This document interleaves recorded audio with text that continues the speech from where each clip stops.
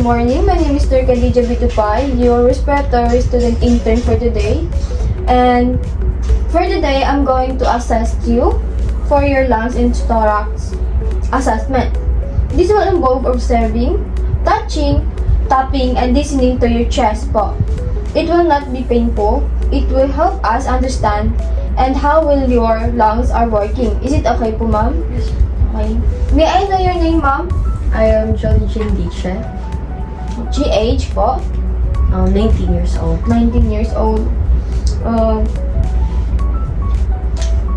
While I'm performing a hand hygiene po, I'm going to give guys privacy to change po.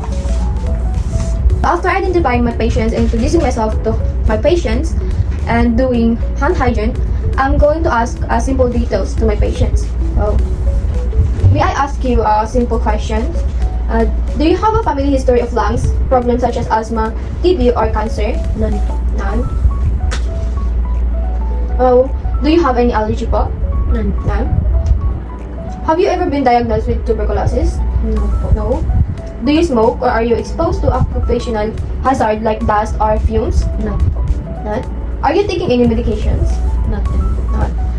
Have you experienced any swelling, cough, wheezing, or chest pain recently? No din po. So, after gathering some information from your patients and explaining to your patients, then inspect your patient's thorax shapes and symmetry posteriorly. Inspect. After inspecting your patients, then proceed to inspecting your patient's spinal alignment. From lateral view, check normal curvature. From lateral view, to inspect spinal alignment of your patients, check your patient's normal curve. Then, from posterior view, check for scoliosis by asking your patients, "Ma'am, can you please bend down forward at the waist while I observe your spine?" Fine. Okay. After inspecting your patients, then proceed to palpate your patient's posterior thorax. Like, palpate your patient's posterior thorax. Palpate for tenderness, bulge, or abnormal movement. Avoid deep palpations if ribs fracture is suspected.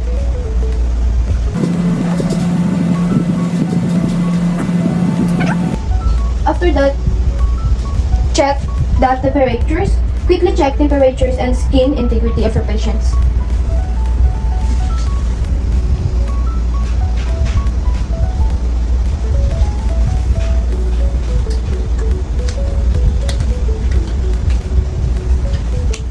After that, palpate for respiratory exertions.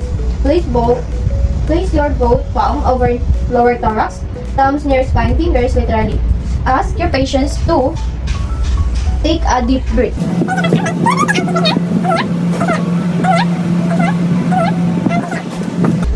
Yan. After that, after palpating your patients for respiratory expression, then palpate for tactile vocal prematus. Place your ulnar edge or palm surface of your hands on posterior chest. Please. Then then instruct your patients to please say 99. Say 99, ma'am. 99, 99, 99, 99, 99. 99.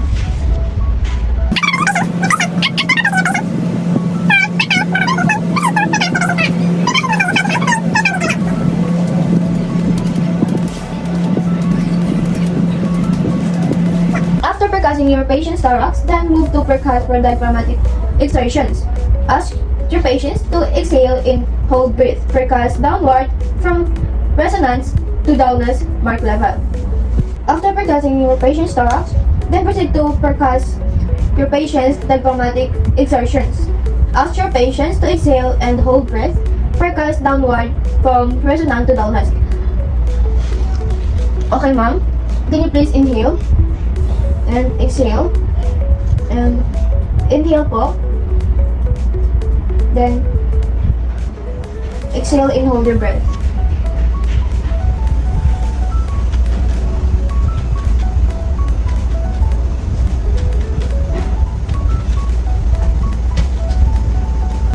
yourself, then ask your patients to inhale deeply and hold.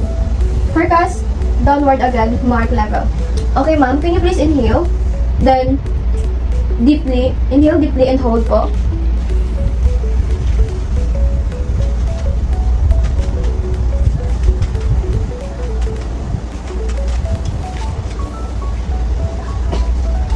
After percussing your patients, auscultate your patient's posterior chest. After percussing your patients, then proceed to auscultate your patient's posterior chest. Use diaphragm, follow zigzag pattern, apex to base. Ask your patients to, ma'am, please take slow deep breath and in and out through your mouth po.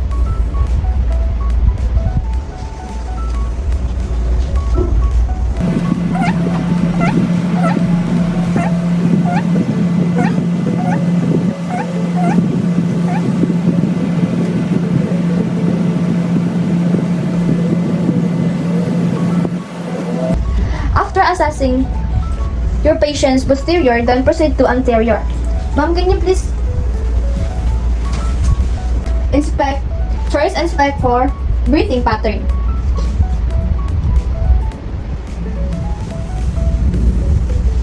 Note try deep and use of accessory muscles.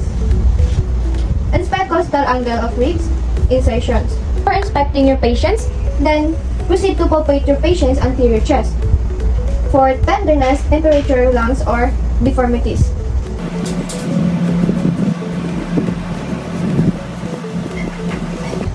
After palpating your patient's chest, palpate for respiratory exertions. Place your palm or lower rib cage thumb along costal margin and ask your patients to deep breathe.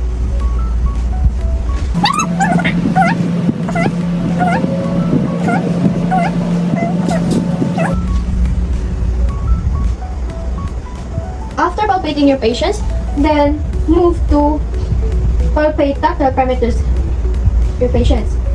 Same as posterior, start above clavicle, move downward. 99, 99, 99, 99, 99. After palpating your patients, anterior chest, then percuss anterior chest. Begin above clavicle, move downward diaphragm, compare left and right.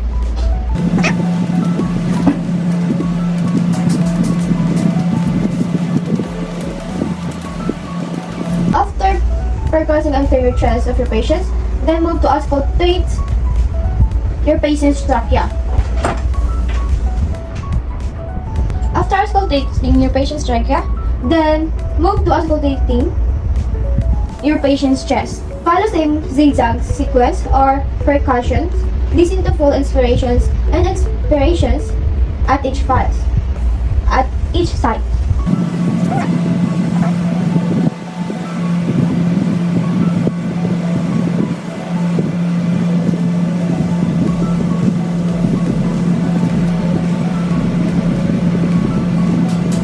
After assessing your patients for your lungs and thorax, document all the findings in a client record. So ma'am, the findings is all normal.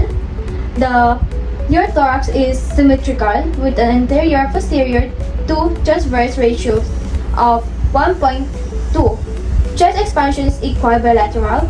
Trachea is midline. Percussion is resonant throughout. In breath, sounds are clear and vesicular, with no adventitious sounds. Overall, the thorax and lungs assessment is within normal limits. That's all po, ma'am. Thank you. Thank you so much din po. Have a long life. Have a long life.